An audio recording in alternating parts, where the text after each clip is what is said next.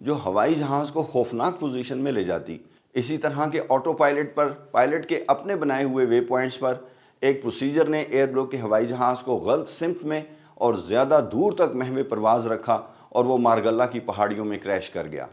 یہ cockpit violations ہیں جو اب سختی سے انٹرنیشنل سول ایویشن آرگنائزیشن کے قوانین کے تحت منع ہیں۔ اب صرف پبلشڈ پروسیجر ہی استعمال کیے جا سکتے ہیں۔ اب جب بھی پائلٹس کاکپٹ میں کوئی ڈیٹا فیڈ کرتے ہیں تو اب اس کی ویریفیکیشن کا ایک نظام بھی بنا دیا گیا ہے۔ پہلے ڈیٹا فیڈ کرنے کے لیے صرف ایک لیپ ٹاپ ہوتا تھا، اب کاکپٹ میں دونوں پوزیشن پر لیپ ٹاپ ہوتا ہے تاکہ ڈیٹا کراس چیک کر کے ویریفائی ہو جائے کہ ٹھیک ڈیٹا ایئر کرافٹ کے سسٹم میں انٹر کیا گیا ہے۔ ایئر ٹریفک کنٹرول اور پائلٹس میں ایک پرسیپشن تھی، ایک تاثر تھا کہ اب ایف ایم ایس اور آٹو پائلٹ کے ساتھ ہم کچھ بھی کر سکتے ہیں اور یہ تو کمپیوٹر بیسڈ ہیں، زبردست رزلٹ نکلے گا۔ لیکن حقیقت یہ ہے کہ آٹو پائلٹ تو محض ایک کمپیوٹر ہے اور وہ ہر حال میں صرف اس کمانڈ پر عمل کرے گا جو آپ نے اس میں فیڈ کی ہے۔ وہ آپ کی نیت کو نہیں جانتا، وہ آپ کی انٹینشن کو نہیں جانتا، وہ صرف کمانڈ کو جانتا ہے۔ پرانے وقتوں کے ہوائی جہازوں میں پائلٹ ٹیک آف سے لینڈنگ تک کنٹرول یوک یا سٹک، جسے آپ ہوائی جہاز کا سٹیئرنگ بھی کہہ سکتے ہیں، مسلسل پکڑ کر بیٹھنا پڑتا تھا اور پاؤں بھی پیڈلز پر رکھے ہوتے تھے تاکہ ہوائی جہاز کو ایک مستقل لیول پر رکھ سکیں اور کسی طرف جھکنے سے بچائیں اور ہوائی جہاز کو سیدھا سیدھا اڑاتے رہیں۔ یہ ایک بہت تھکا دینے والا کام تھا اور ایک پائلٹ کے لیے کاکپٹ میں یہ کام کرنا بہت مشکل تھا۔ اسی لیے پرانے وقتوں کے ہوائی جہازوں کے پائلٹس بہت تگڑے ہوتے تھے۔ 1912 میں پہلا بنیادی بہت بیسک نوعیت کا سیدھا سادہ آٹو پائلٹ ہوائی جہاز میں لگایا گیا اور اس کا صرف ایک ہی رول تھا کہ ہوائی جہاز کو ایک مقررہ لیول اور راستے پر اڑاتا رہے۔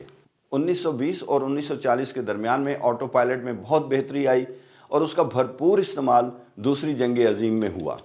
آٹو پائلٹ ایک ایسا الیکٹریکل اور کمپیوٹر پر مبنی نظام ہے جو ہوائی جہاز کو بغیر انسانی مداخلت کے مخصوص راستے پر اڑانے میں مدد دیتا ہے۔ اس نظام کا بنیادی مقصد پائلٹ کے کام کو آسان بنانا اور خاص طور پر طویل پروازوں کے دوران انسانی غلطیوں کے امکانات کو کم کرنا ہے، اس کا ورک لوڈ کم کرنا ہے۔ آٹو پائلٹ جہاز کی سمت اور بلندی کو برقرار رکھتا ہے، منصوبہ بندی فلائٹ پلاننگ کے مطابق راستے پر لے جاتا ہے، بعض اوقات ٹیک آف یا لینڈنگ میں بھی مدد دیتا ہے، خاص طور پر خراب موسم میں۔ ایندھن کی بچت کرنا اور جہاز کی مجموعی کارکردگی کو بہتر بناتا ہے۔ اس کے علاوہ یہ پائلٹ کو دیگر اہم امور پر توجہ دینے کا وقت بھی فراہم کرتا ہے۔ آج کے جدید آٹو پائلٹس انتہائی جدید کمپیوٹرز اور مصنوعی ذہانت اے آئی پر مبنی ہیں۔ جدید ایئر لائنرز جیسے کہ بوئنگ 787 اور ایئر بس 350 میں full flight management system F M S موجود ہے جو راستے، ایندھن، رفتار، موسم اور منزل تک کی مکمل معلومات کا خود حساب رکھتا ہے۔ یہ نظام صرف سمت ہی نہیں بلکہ جہاز کی رفتار، اس کی ورٹیکل عمودی حرکت اور بعض اوقات مکمل خودکار لینڈنگ، آٹو لینڈنگ تک کنٹرول کرتا ہے۔ خاص طور پر لو ویزیبلٹی، کم نظر آنے والی کنڈیشنز میں جی پی ایس اور انیشیل نیویگیشن سسٹم کے سینسرز کی مدد سے یہ نظام زیادہ درست اور محفوظ پرواز ممکن بناتا ہے۔ اگر کسی خرابی یا ہنگامی صورتحال کا سامنا ہو تو آٹو پائلٹ فوری طور پر پائلٹ کو الرٹ کرتا ہے۔ مستقبل میں آٹو پائلٹ میں مزید ترقی کی توقع کی جا رہی ہے۔ مصنوعی ذہانت، آرٹیفیشل انٹیلیجنس پر مبنی سسٹمز خود حالات کا تجزیہ کریں گے۔ ایسے طیارے جن میں ایک ہی پائلٹ ہوگا یا پائلٹ کی مکمل غیر موجودگی میں بھی پرواز ممکن ہوگی، اور خود سیکھنے والے نظام جو پرواز کے دوران نئے ڈیٹا سے خود کو بہتر بناتے رہیں گے۔ یہ سب جدید ایوییشن کی جانب ایک اور بڑا قدم ہوں گے۔ آج کی اس تفصیل نے نہ صرف آٹو پائلٹ کے سفر کو واضح کیا بلکہ یہ بھی ثابت کیا کہ ٹیکنالوجی جتنی بھی جدید ہو جائے، انسان کی احتیاط، تربیت اور فیصلہ سازی کا کوئی نعم البدل نہیں۔ ایک لمحے کی غفلت، ایک غلط انٹری اور ایک فرضی شارٹ کٹ پوری فلائٹ کو حادثے کے دھانے پر لا سکتا ہے۔ ایئر ٹریفک کنٹرولرز نے بارہا ایسے لمحات دیکھے جہاں اگر ریڈار پر ان کی گہری نظر نہ ہوتی تو خوفناک سانحہ ہو سکتا تھا۔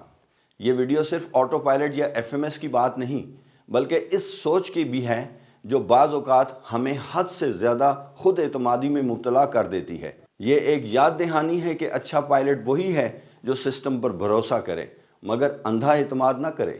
اگر آپ کو یہ معلوماتی اور ٹرو سٹوری پسند آئی ہو تو اسے دوسروں کے ساتھ ضرور شیئر کریں تاکہ ہم سب کچھ سیکھ سکیں۔ میری آپ سے گزارش ہے کہ کامنٹ میں اپنی رائے ضرور دیں۔ کیا آپ کو لگتا ہے کہ مستقبل میں ٹیکنالوجی انسانی غلطیوں کا مکمل خاتمہ کر سکے گی؟ اور اگر آپ اس طرح کی مزید ویڈیوز دیکھنا چاہتے ہیں تو اس چینل کو سبسکرائب کرنا مت بھولیے گا۔ اپنا بہت خیال رکھیں۔ نیکسٹ ویڈیو تک کے لیے اجازت چاہتا ہوں۔ اللہ حافظ۔